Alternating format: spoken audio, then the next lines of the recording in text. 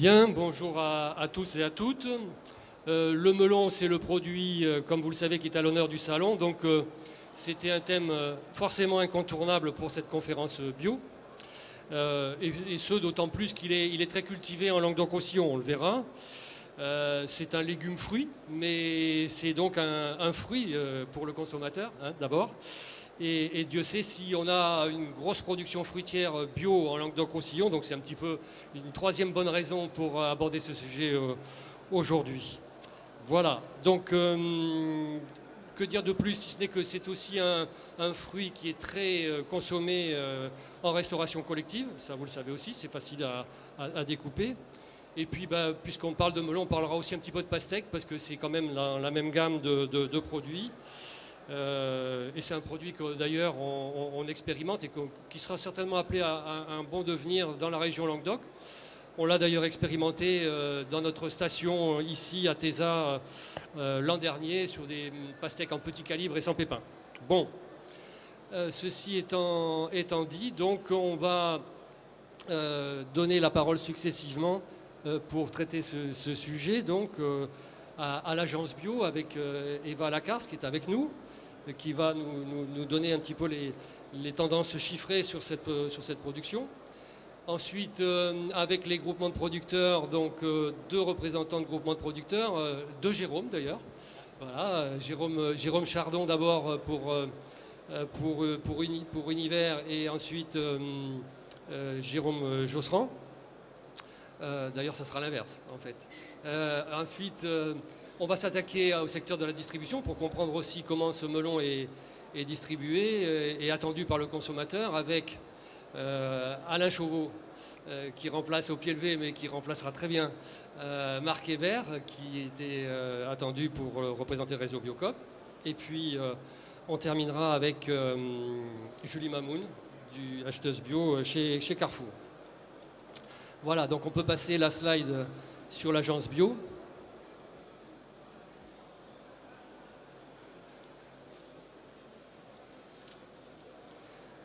Donc elle va arriver. On va faire ce tour d'horizon avec toi, Eva, pour savoir quel est le potentiel de production en France et en Europe. Et puis, on va surtout parler d'hectares, en fait, plus que de tonnage. Hein, je crois que c'est. Oui, on va surtout parler d'hectares. Hein, on va surtout parler d'hectares. Donc, juste pour rappeler, pour ceux qui ne sauraient pas, l'agence bio, on est entre autres chargé de publier annuellement les statistiques sur la bio, donc avec la publication des chiffres officiels. Les chiffres clés de la bio qui est téléchargeable sur notre site internet. Donc voilà, oui, toujours pas de slide. Et les chiffres arrivent. Super. Voilà. Donc on sait que tout à l'heure il y aura une prévision melon qui va suivre, une prévision melon globale. On sait déjà qu'en France il y a 14 000 hectares. Nous, ce qui nous intéresse, c'est de savoir combien il y en a en bio. Voilà. Donc peut-être la suivante. Et encore la suivante. Donc tout d'abord, je voulais restituer la production de melons bio en Europe dans la production légumière bio d'Europe. Donc en Europe, hors pommes de terre, on a une surface totale de légumes frais de l'ordre de 99 000 hectares, essentiellement en Italie, avec 21 000 hectares en Italie, donc surtout dans la région sud, des Pouilles et de la Sicile. Puis vient la France avec 13 600 hectares de légumes frais bio hors pommes de terre. Et quasiment à égalité, l'Allemagne, le Royaume-Uni et l'Espagne avec de 11 000 à 11 500 hectares de légumes frais bio. Donc la suivante. Voilà, donc le melon dans cette production a une part assez petite mais quand même pas négligeable. Donc pour les melons et pastèques, on a de l'ordre de 1,5% de la production légumière bio qui est en melon et pastèque. Et on voit en fait que la différence entre la production de melon et pastèque et melon est assez faible. En fait, cela est dû au fait que la production de pastèque n'est pas forcément recensée en tant que telle selon les pays. Donc c'est bien répertorié en Italie où ça représente à peu près un quart des surfaces de melon et pastèque. Mais sinon, donc c'est essentiellement des productions de melon qui sont répertoriées. Donc 1 100 hectares de melons en Europe, recensé en 2012, avec une décroissance de la production ou un réajustement sans doute par rapport à la consommation, donc essentiellement lié à une baisse des surfaces en Espagne.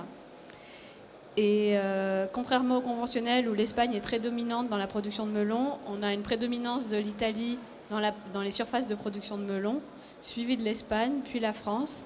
Et ensuite, donc ce n'est pas comme en conventionnel la Grèce, mais la Roumanie, puis ensuite la Grèce, donc, qui sont les principaux producteurs de melon bio en Europe. Donc oui, alors au sud de la Méditerranée, en fait, on n'a pas vraiment de statistiques sur la production. Il semble que la production soit assez faible, pas forcément commercialisée en bio, donc peut-être à confirmer avec les importateurs ici présents. Donc pour la production française, on a de l'ordre de 1,3% de la production totale de melon qui est réalisée en bio. Et c'est aussi 1,3% de production de légumes frais bio hors pommes de terre qui sont consacrés au melon. Donc c'est une part des légumes cultivés en bio plus faible qu'en conventionnel. En conventionnel, on estime qu'il y a de l'ordre de 7% des surfaces légumières fraîches hors pommes de terre qui sont cultivées en melon. Donc là sur la courbe on voit une belle croissance en fait de la production avec un doublement du nombre d'exploitations depuis 2007 et des surfaces multipliées par plus que 3 depuis cette période. Et on atteint aujourd'hui donc 180 hectares de melons bio. On voit aussi que les surfaces de melons cultivés par exploitation a augmenté depuis 2007. Voilà, et donc avec une bonne croissance de la production de melons, y compris donc entre 2012 et 2013, qui est plus forte que pour l'ensemble des légumes frais. Donc là, on a une croissance de 14% par rapport à 2012 et de 8% pour l'ensemble des légumes frais. Donc dans la slide suivante, on va voir la répartition géographique de la production de melons bio. Donc elle se rapproche assez de la production géographique de melons tout court en France. Donc d'abord dans le sud de la France pour bénéficier d'un bon ensoleillement et dans les terroirs plutôt argilo-calcaires, donc qui sont les terres de prédilection du melon. Alors ce qu'on constate, c'est que le bassin de production Poitou-Charentes est plutôt moins représenté qu'en conventionnel. Et par contre, on a une plus forte représentation de la région sud-est. Donc avec deux grosses régions productrices de melons en France, le Quercy avec le Tarn-et-Garonne, le Lot-et-Garonne et le Tarn essentiellement, un petit peu, oui voilà, et le Gers, et par ailleurs donc dans la région, on va dire Camargue pour faire simple, avec les Vaucluse, les Bouches-du-Rhône, le Gard et l'Hérault. Donc en termes de surface, donc c'est la diapo suivante. Les surfaces sont un petit peu variables d'une année sur l'autre, mais en gros, on va avoir un quart des productions en région Provence-Alpes-Côte d'Azur, un quart en Midi-Pyrénées, un quart en Languedoc-Roussillon et un autre quart dans les autres régions françaises. Donc les trois premières régions là sont toujours les trois premières productrices de melons. Et voilà, donc après on va passer à la consommation de melons. Donc au niveau français, la consommation de produits biologiques en général se porte plutôt bien. Elle a plus que doublé depuis 2007. Elle a augmenté de 7,8% de 2012 à 2013. Et pour les fruits et légumes, cette augmentation entre 2012 et 2013 est de l'ordre de 8% selon donc, l'étude que nous menons avec le bureau d'études AND. Ce qui est conforté aussi par le suivi d'Interfel du panel Kantar World Panel. Donc avec une augmentation à la fois en volume et en valeur de la consommation. Les fruits et légumes bio donc représenteraient en 2013 un marché de l'ordre de 702 millions d'euros, avec une répartition des circuits de distribution, avec une prédominance des magasins spécialisés, avec 43% des ventes, 31% de grandes surfaces alimentaires, et une part très importante aussi de la vente directe qui représenterait de l'ordre de 25% des ventes de fruits et légumes bio. Donc pour le melon plus spécifiquement, Interfel, via son enquête volume et le World Panel Kantar évalue la consommation à 5000 tonnes par an, la consommation de melons bio français, des melons essentiellement français, donc pour 4000 tonnes, et pour 20% importés. Donc, ce qui est plutôt plus faible en fait qu'en conventionnel, où on l'estime ce taux d'importation de 29 à 29%. Comme la consommation globale de fruits et légumes bio, la consommation de melons bio est un peu plus dynamique que la consommation de melons conventionnels. Et si on regarde l'implantation, enfin les volumes mis en marché par les opérateurs de mise en marché, on constate, donc après une première estimation, une première enquête faite par Suite des Bio et Patrick, que les opérateurs en fait, de mise en marché sont implantés dans les principales régions productrices de melons, donc à savoir Languedoc-Roussillon, Provence-Alpes-Côte d'Azur, Midi-Pyrénées-Aquitaine et Poitou-Charentes. Mais par contre, que la répartition des volumes mis en marché, elle, est plutôt inégale, avec une prédominance de Languedoc-Roussillon, et ensuite, donc, Provence-Alpes-Côte d'Azur, le Sud-Ouest et Poitou-Charentes. Voilà. Merci Eva. On va passer à une nouvelle intervenante, donc avec Jérôme Josserand de Force Sud, un groupement spécialisé de melons qu'on ne présente plus. Hein. Si, on peut encore. On peut quand même le présenter. Ouais, bon, allez. En tout cas, on attend de toi que tu nous expliques peut-être pourquoi dans les plus grands groupements de producteurs de melons en France, c'est toi le plus grand. Voilà, le plus grand producteur de melons en France. Tu es aussi le plus avancé en bio. La plus grosse organisation de producteurs de melons. D'accord, ok. Donc tu vas nous expliquer pourquoi tu as développé aussi une activité pour le segment, une activité bio, hein, depuis 5 ans. Et puis peut-être nous dire s'il y a une spécificité qualitative au melon bio, parce que le goût du bio, le goût du Sud, le goût du bio, bon, voilà. Oui. Donc, on passe à la slide de Force Sud, s'il vous plaît.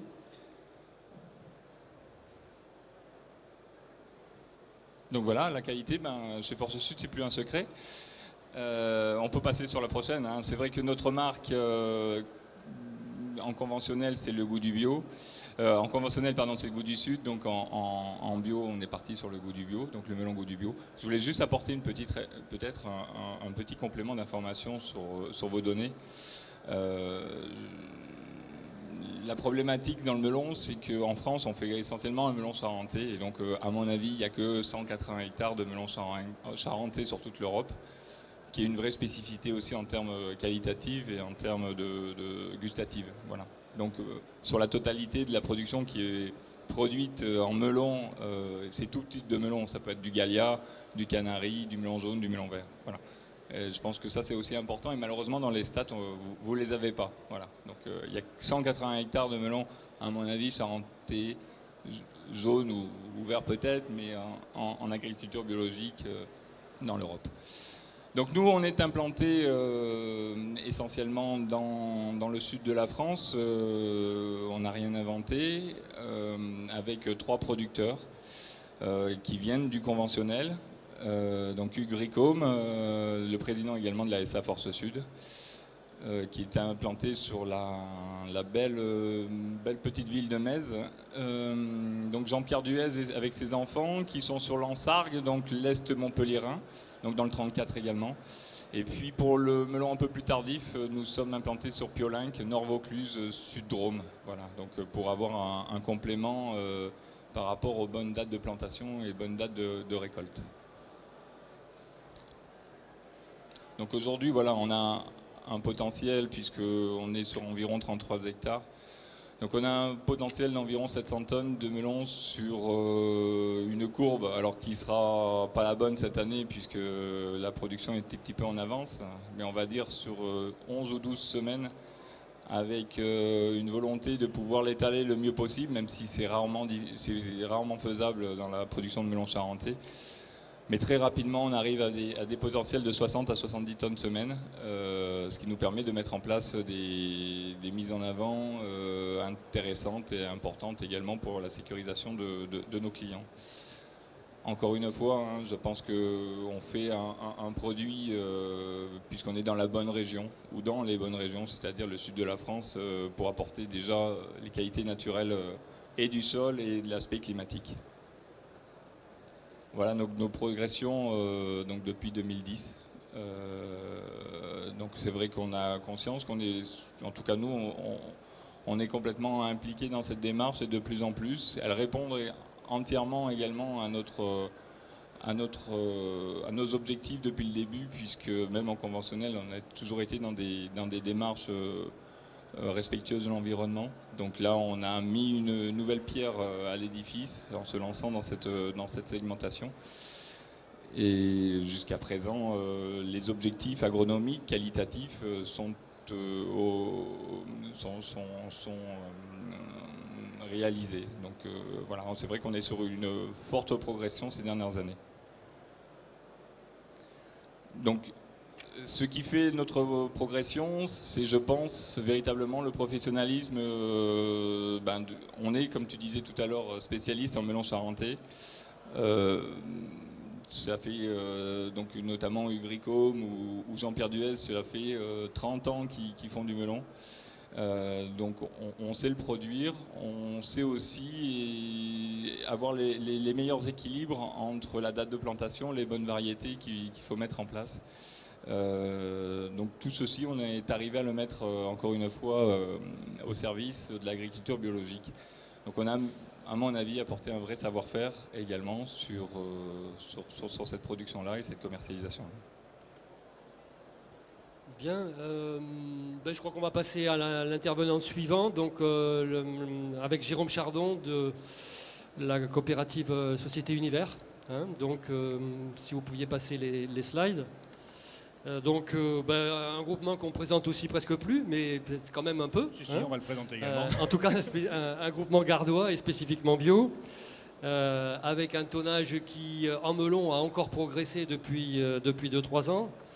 Vous étiez déjà leader en salade, maintenant il semblerait que vous soyez leader aussi en melon bio.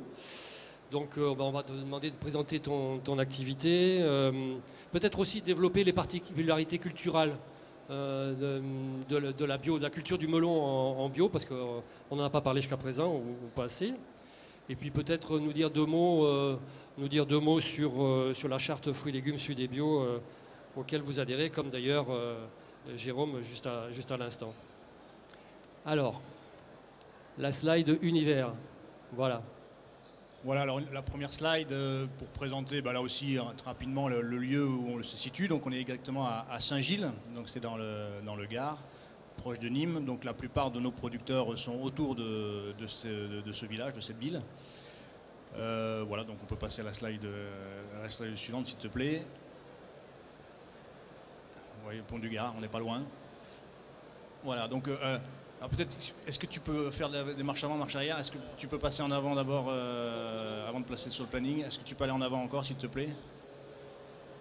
Voilà, d'abord présenter les chiffres d'Univers qui en 2013, voilà, on fait 12 millions d'euros de chiffre d'affaires, on est 27 adhérents. Alors Univers, c'est une société qui appartient à la coopérative Covial. Donc on a des adhérents, ça existe depuis 23 ans maintenant. Alors on est très diversifié en production, donc on a quelques produits phares dont les salades en font partie. On fait 7 millions de pieds de salade par an, évidemment tout en bio. Le melon vient en deuxième position avec près de 700-750 tonnes. Ensuite on a la pomme, la courgette, la tomate qui sont les principaux produits. Mais on a en moyenne tous les ans entre 40 et 50 produits à proposer toute l'année. Ce sont des productions de saison, donc c'est pas forcé, c'est pas chauffé, en tout cas c'est pas voilà, donc les tomates on les a quand le climat veut bien nous les amener, donc ça c'est important de le savoir, et c'est donc de la production française à 100%. Voilà, alors ça c'était une slide qu'on avait présentée à diverses reprises, où on présentait l'âge des producteurs, mais enfin il n'y a pas d'importance. Alors en termes de planning de production, voilà, on a une idée des produits que l'on peut faire. On va peut-être passer à celle où il y a le melon. Je ne sais pas où il est le melon d'ailleurs. C'était avant, voilà, je ne le vois plus. Voilà, donc le melon, on a une production qui démarre. Alors j'ai amené les premiers melons qu'on a ramassés cette semaine, donc ça démarre. C'est les premiers de cette saison alors. C'est les premiers, alors vraiment c'est vraiment les premiers. Hein, il a fallu les chercher, donc ça va vraiment démarrer, je pense, la semaine prochaine, j'espère. Donc on est quand même une région, alors là, on a la chance Saint-Gilles quand même d'être une région très précoce. Donc on peut démarrer très tôt. Donc en général, on démarre autour du 15 mai. Et donc c'est sous abri, hein, évidemment. Et on termine relativement tard, fin septembre, avec du plein champ. Donc on arrive à avoir une production régulière sur la saison parce qu'on démarre en sous-abri. Donc le sous-abri démarre avec des cultures de melon, charentais lisse. Et ensuite on attaque assez rapidement. Quand on n'est plus sur la précocité, on attaque sur le brodé. Vous avez rallongé la période, le calendrier de production un peu. On a rallongé parce qu'on a des producteurs qui souhaitaient, vis-à-vis de nos clients, on avait cette demande, et des producteurs qui étaient prêts à rallonger leur production, ou en tout cas à mettre des productions nouvelles sur des cultures de plein champ. Donc pour nous, c'est tout bénéfice, et c'est, je pense, intéressant et pour les producteurs et pour les clients, puisque ça va permettre d'allonger et d'avoir un suivi régulier sur une longue période. Voilà. Concernant, je ne sais pas, tu m'as dit de dire deux mots sur la partie technique, peut-être. La partie technique, c'est vrai que on a un gros souci, enfin on a plusieurs soucis, mais en melon, principalement, le gros problème c'est le puceron, et qui pose pas de problème qu'en melon malheureusement, mais donc aujourd'hui on essaye, donc l'un des choix variétaux que l'on prend, c'est d'avoir des variétés qui sont tolérantes au puceron, même s'il y a des contournements aujourd'hui qui sont importants, et que donc le puceron vient systématiquement malgré tout. Donc on met en place des méthodes alternatives, donc avec des lâchers d'auxiliaires, avec des bandes fleuries pour faire venir le maximum d'auxiliaires, et donc essayer de réguler la population de pucerons. Donc on met en place beaucoup de choses, mais c'est vrai que cet aspect technique est vraiment très problématique. Voilà, donc surtout qu'on n'a pas eu d'hiver cette année, donc c'est toujours compliqué. Alors après, c'est vrai que c'est un des critères de choix primordiaux, la tolérance puceron. Ensuite, c'est vrai que le goût pour nous est important. On essaye, je pense que mon collègue à côté ne dira pas le contraire. C'est vrai que on travaille depuis de nombreuses années pour avoir les variétés qui ont le plus de goût, évidemment. Donc voilà, il n'y a pas tellement de variétés miraculeuses sur le marché. On a tous à peu près les mêmes variétés. Mais voilà, ces critères se font sur le goût et sur la tolérance puceron. Voilà. Bien. Après ce tour d'horizon sur la production, on va passer à la distribution. Donc prochaine diapo, donc celle de Biocop. Donc on va demander donc à Alain Chauveau, c'est bien ça? C'est ça, c'est Alain Chauveau, donc de nous présenter en fait au travers de ces diapositives qui vont arriver, d'abord ce que c'est que le réseau Biocop, quelle importance la place des achats en fruits et légumes dans votre réseau de distribution qui est une entreprise qui se définit comme militante et solidaire avec les producteurs. Alors vous allez nous expliquer comment ça se traduit, quelle forme ça prend, et notamment pour le melon et le pastèque. Et ben on va passer les slides. Biocop, donc Biocop, c'est un réseau de magasins, enfin c'est un réseau de 345 magasins aujourd'hui, qui a pour objectif donc le développement de l'agriculture biologique, d'équité, de coopération. C'est aussi un travail de partenariat avec les groupements de producteurs, où on crée donc des filières. Donc on a 4 filières dans le réseau Biocop: la filière fruits et légumes, la filière produits carnés, les céréales et le lait. On s'engage bien sûr sur la transparence des activités et des approvisionnements.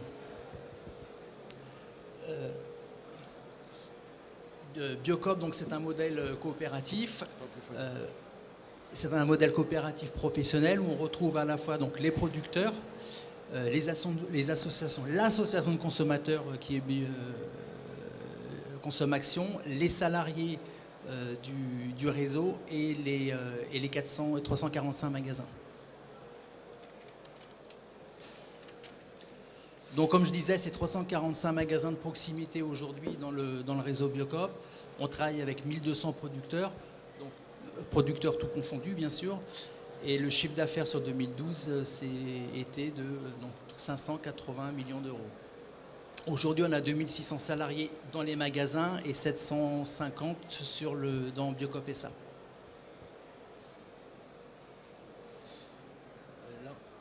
Quelques mots sur Ensemble peut-être? Oui, un petit mot sur Ensemble.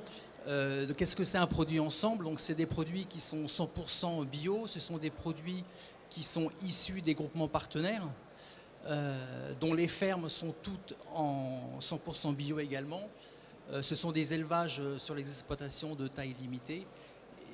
Et comme on voit, avec les animaux nourris avec 100% d'aliments bio. Mais là, ce n'est pas trop mon domaine, là, toute la partie animale. On va y revenir. Donc, plusieurs plateformes de distribution. Donc, on a 4 plateformes de distribution aujourd'hui. Une en Bretagne, une dans le sud-ouest, une troisième dans le sud-est à Sorgues et la dernière en région parisienne. Et le siège social qui se situe à Paris. Donc Biocoop, les fruits et légumes chez Biocoop, c'est 23 000 tonnes pour 2013, sur un chiffre d'affaires de 58 millions. Il y a 7 groupements de producteurs. Je les nomme. Oui, bien sûr. Alors on a la Capso, on a Soleil Bio, Val Bio Centre, on a la PFLBB, on a Bio-Loire Océan. J'en oublie un ou deux. Norabio, dans le nord, non? Dans le nord, Norabio. Terroir Bio. Et Terroir Bio en Terroir Bio. Bien. Donc 7 groupements de producteurs répartis sur toute la France. Répartis sur toute la France et qui représentent 300 producteurs. Il faut savoir que tous les achats groupements représentent 70%. D'accord. Hein? Après, on va aller chercher nos produits quand ça manque chez d'autres intervenants. Alors pour le melon. Le melon, donc il vient exclusivement de France. On ne fait pas du tout d'import sur ce produit-là, ou très très peu. 90% de nos besoins sont planifiés avec un prix de campagne défini, donc qui se fait en amont de la saison. Les conditionnements des melons aujourd'hui se font à 90% sur 2 colis. Et on a démarré les beans donc l'année dernière. Les beans, on les fait sur 50 kilos et aujourd'hui, ce sont des. Le beans va plutôt en augmentant. Ouais, tout à fait. C'est un peu pour la vente en vrac en fait. La vente en magasin. La vente en vrac, on fait ça avec le melon, les pommes de terre. D'accord. Et pour que le melon puisse bénéficier du fameux logo ensemble, on demande à nos producteurs que le taux de brique soit d'un minimum de 12%. D'accord, ça c'est l'exigence de la marque. C'est l'exigence de Biocoop sur le produit ensemble. D'accord. Donc en termes de tonnage, c'est 443 tonnes.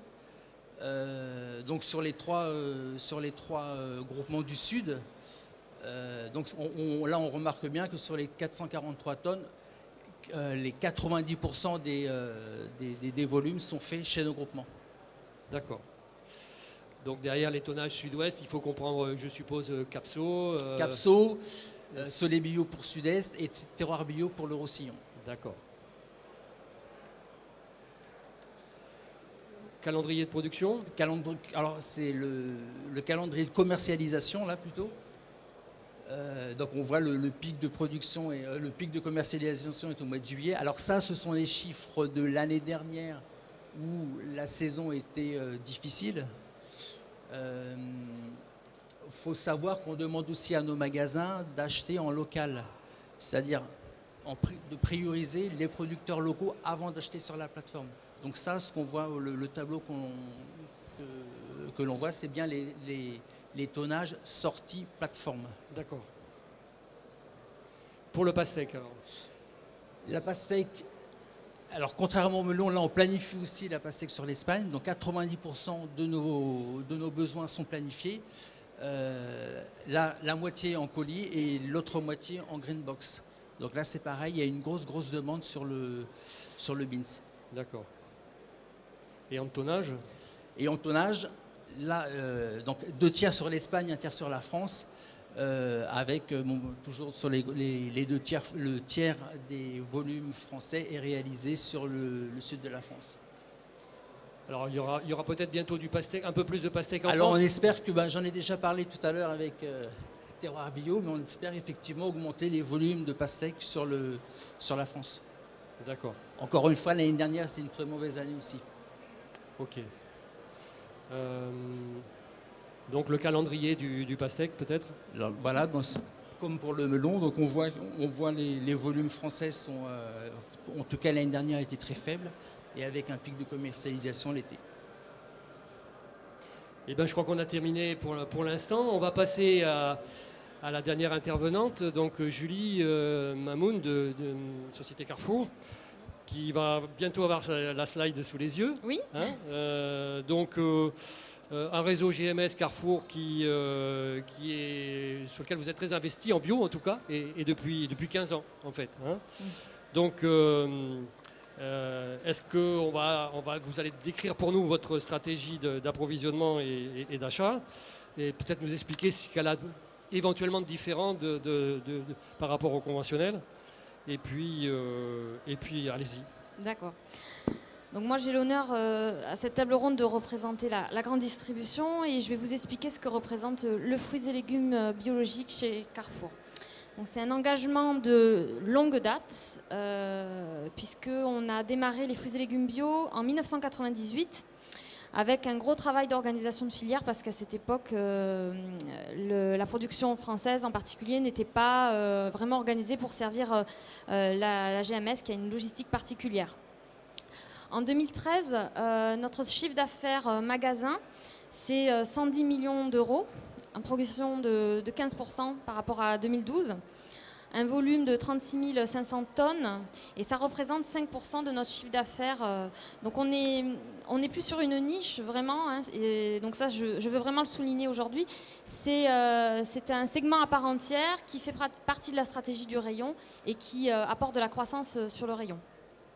Alors nous croyons beaucoup à ce segment chez Carrefour. Nous accompagnons depuis de nombreuses années le développement des producteurs avec des partenariats sur le long terme. Et nous accompagnons la croissance en magasin, parce qu'elle est plus si évidente que ça, la croissance, ces dernières années. Donc on met en place différentes stratégies pour l'accompagner. Et donc je voudrais souligner juste qu'en 2013, des nouveaux concepts de vente ont été développés, de la vente en vrac. Donc je vais rentrer dans les détails si ça vous intéresse plus tard. Alors, un focus sur la marque distributeur. Là aussi, c'est une longue histoire chez Carrefour, puisque les premières signatures filières ont été donc initiées en 2001. Et aujourd'hui, on a 32 références Carrefour Bio en fruits et légumes, avec 38 fournisseurs partenaires. Depuis mars 2013, on a décidé que la marque Carrefour Bio est réservée à la production française, donc 100% origine France. Alors, une filière Carrefour Bio, c'est quoi? C'est un cahier des charges en fait, qui va compléter la réglementation européenne, puisqu'on a des critères qui vont au-delà du règlement européen, audité une fois par an, un engagement sur la durée et une rétribution du producteur à la juste valeur du produit et de ses efforts.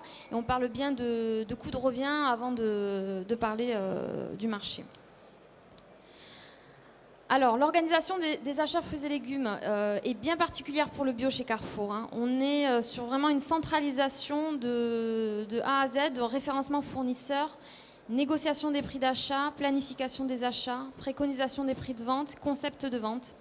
Donc ça, c'est le bénéfice, hein, qu'on recherche. Donc c'est une cohérence une cohérence de notre démarche vis-à-vis de la production, une homogénéité de la gamme dans nos différentes enseignes, des hypermarchés, des supermarchés, des magasins de proximité, et un contrôle qualité optimisé, en étroite collaboration avec la responsable qualité du bio chez Carrefour. Alors, vous m'avez demandé de présenter les attentes qualitatives de la grande distribution par rapport aux fruits et légumes bio. Donc, en fait, nos attentes qualitatives, ce sont les exigences de nos clients. Nos clients attendent de la fraîcheur, puisque, bien sûr, on parle de fruits et légumes frais, de vitamines. Donc ça, c'est la première chose qu'on doit leur apporter, de la fraîcheur en rayon. Du goût, puisque bien souvent, quand vous posez la question aux clients pourquoi vous achetez bio, ils vont vous dire qu'ils trouvent que le bio, c'est meilleur. Bien sûr pour la santé, mais meilleur en goût aussi. Donc ça, c'est très important. On cherche du bon. La sécurité primordiale. Si on a un scandale, on sait très bien que ça va détruire toute la filière. Donc on doit avoir toutes les garanties possibles pour prouver donc, à nos clients qu'ils ont bien des produits biologiques contrôlés comme tels en rayon. Et le packaging, puisque la grande majorité de nos produits sont vendus conditionnés, puisque nous sommes bien sûr vendeurs de produits conventionnels. Nous devons être responsables vis-à-vis de ces packaging, plus de matériaux recyclables et limiter au maximum l'impact de ces emballages. Donc tous nos fournisseurs, les services internes Carrefour, sourcing, achat, qualité, agréage, nos magasins se mobilisent tous les jours pour répondre à ces attentes des clients et proposer des produits biologiques sains et gustatifs. Est-ce qu'on peut dire que c'est les mêmes attentes que pour les produits conventionnels en fait? Alors, c'est les mêmes attentes au niveau sanitaire, puisque ça, c'est la règle de base. Un produit doit être propre à la consommation.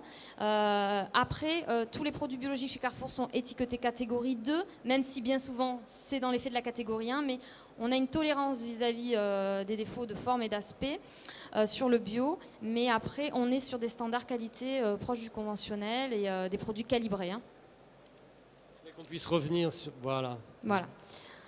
Alors donc pour le melon charentais chez Carrefour, il est 100% origine France depuis 2013. Nous avons acheté 160 tonnes de melon bio l'année dernière en progression de 35%. C'est une des plus grosses progressions de fruits bio. Mais on est vraiment en retard par rapport au conventionnel, hein, puisque le melon bio chez Carrefour, c'est 0,5% de nos ventes de melon. Donc on a vraiment des progressions à effectuer avec nos fournisseurs. Mais nous, on y croit en tout cas. Au niveau des magasins, on a un gros potentiel de développement. 4 bassins de production. Donc la Provence, donc sud-est hein, plutôt pour être plus large. Languedoc-Roussillon, sud-ouest et Poitou. La stratégie, la nouveauté pour 2014, c'est qu'on crée une filière melon Carrefour bio. On veut proposer un excellent melon charentais bio français de juin à mi-septembre avec un sucre minimum garanti de 12 degrés Brix et variétés non greffées, d'autres éléments dans le cahier des charges au niveau agronomique, mais il faut retenir qu'on a une sélection variétale et qualitative qui va se faire en station chez nos fournisseurs. Le conditionnement se fait en petits colis, selon le calibre, 5, 6 ou 7 pièces pour optimiser la rotation en magasin. Et on vend à la pièce et non pas au poids. Toutes les pièces sont gen codées pour limiter le conditionnement. Donc on va partir cette année sur... on va généraliser, puisqu'on l'avait déjà avec certains opérateurs comme Force Sud, on va généraliser le ruban pour notre melon bio.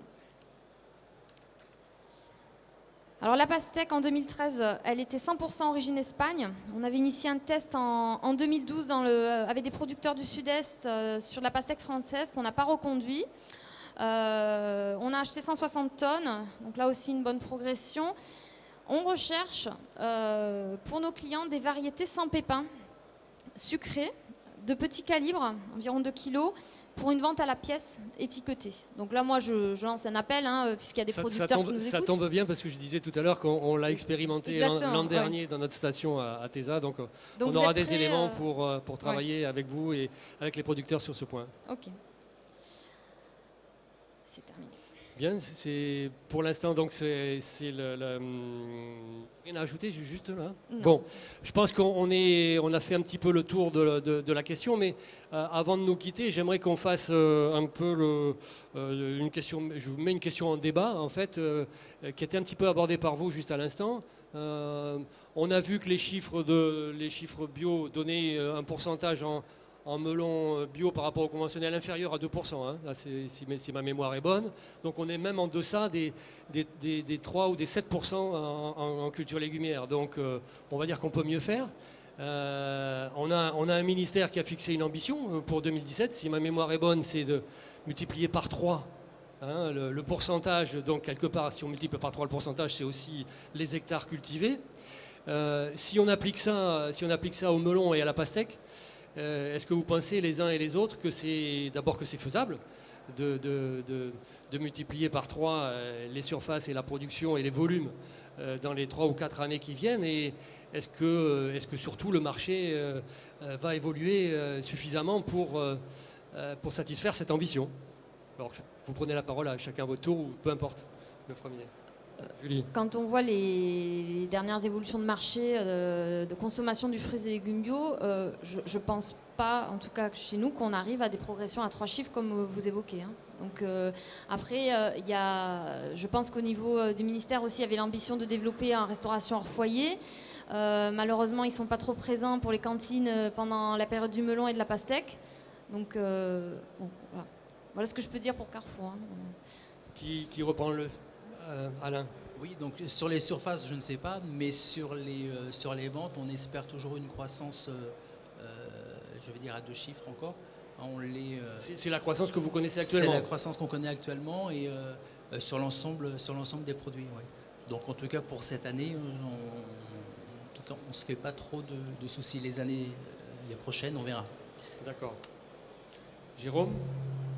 Je pense que la question, elle est à double ou triple ouverture. Je pense que d'ores et déjà, il faut...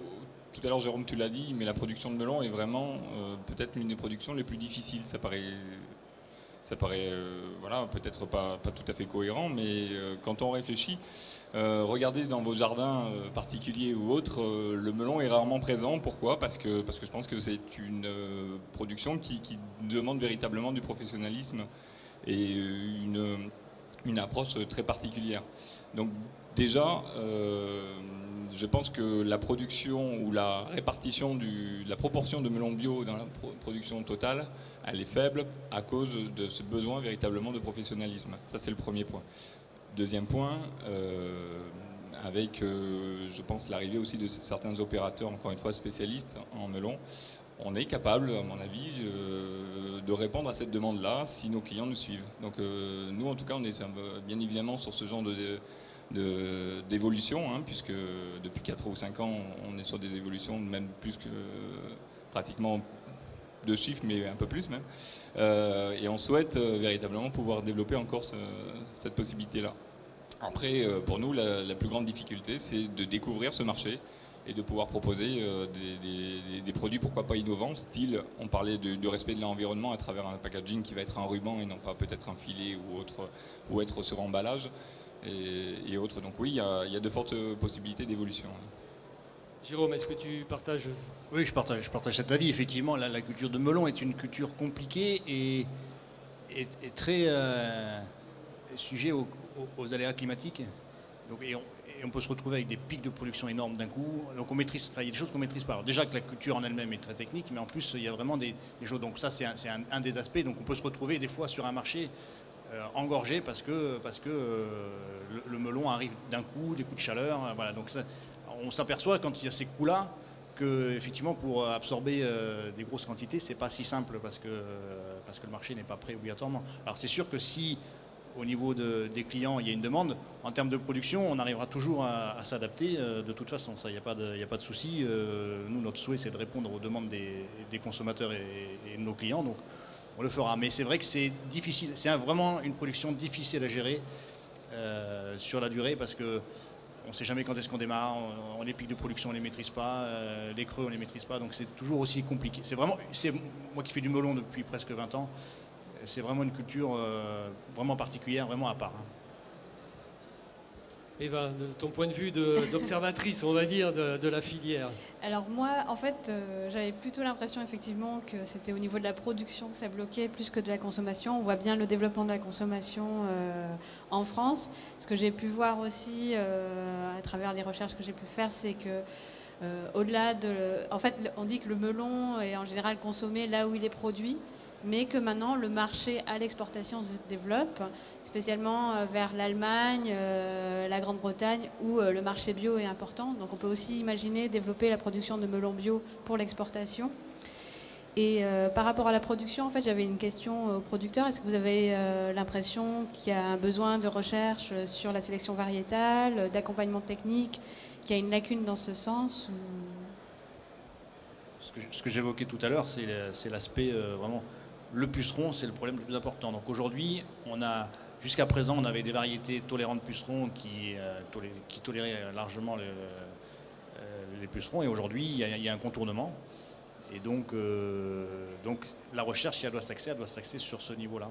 Sur le goût, je pense qu'aujourd'hui, on a des variétés qui sont bonnes, qui sont intéressantes, en termes de rendement, qui sont intéressantes. Après, c'est l'aspect vraiment technique. Nous vraiment, je ne sais pas si Jérôme, tu me rejoins sur ce point, mais l'aspect puceron est pour nous le gros problème. Voilà. Donc, s'il y a de la recherche à faire, c'est là-dessus. Mais le puceron, malheureusement, il n'y a pas que sur le melon. Et là, je pense que la recherche, elle doit se faire aussi sur tous les autres produits parce que c'est un problème récurrent sur tous les légumes et les fruits.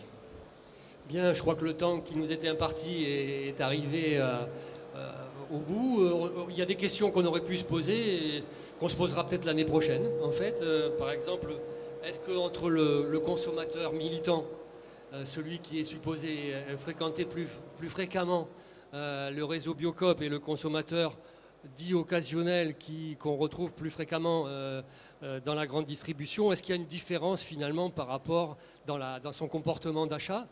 D'ailleurs, c'est une question qui va être mise à l'étude par le comité bio d'Interfel dans les prochaines semaines. Et j'espère bien qu'on aura les résultats à temps pour l'année prochaine, le même rendez-vous au Medfel, essayer de répondre ensemble à ces questions. Merci à tous et à toutes et à bientôt.